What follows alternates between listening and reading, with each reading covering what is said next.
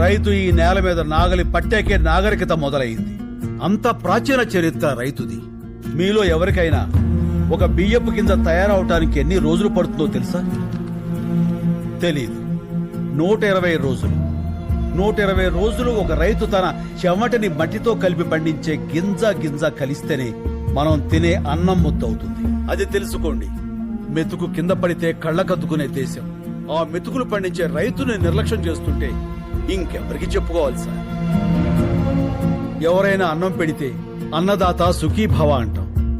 అన్నదాత అంటే ఎవరో తెలుసా?